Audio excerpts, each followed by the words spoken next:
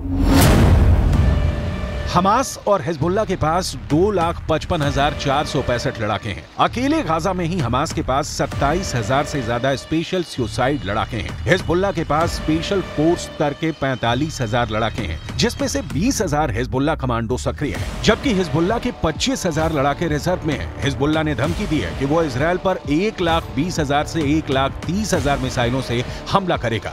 इसके अलावा हिजबुल्लाह ने साफ कर दिया है कि वो इजरायल के टैंकों को एंटी टैंक मिसाइलें, आत्मघाती ड्रोन से दबाकर डालेगा। यहां तक कि हिजबुल्लाह ने इजरायल के खिलाफ anti ship missile, anti aircraft missile और एयर डिफेंस मिसाइल सिस्टम भी तैनात कर दिए हैं।